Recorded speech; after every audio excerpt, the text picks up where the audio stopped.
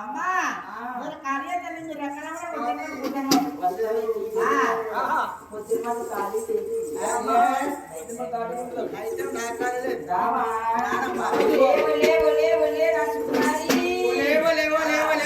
చంద్రకళ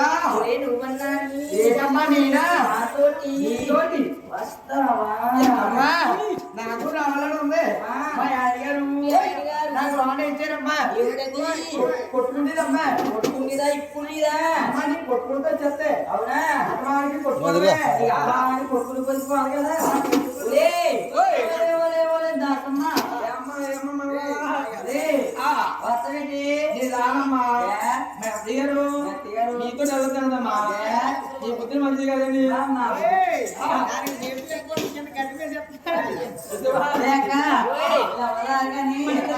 కదా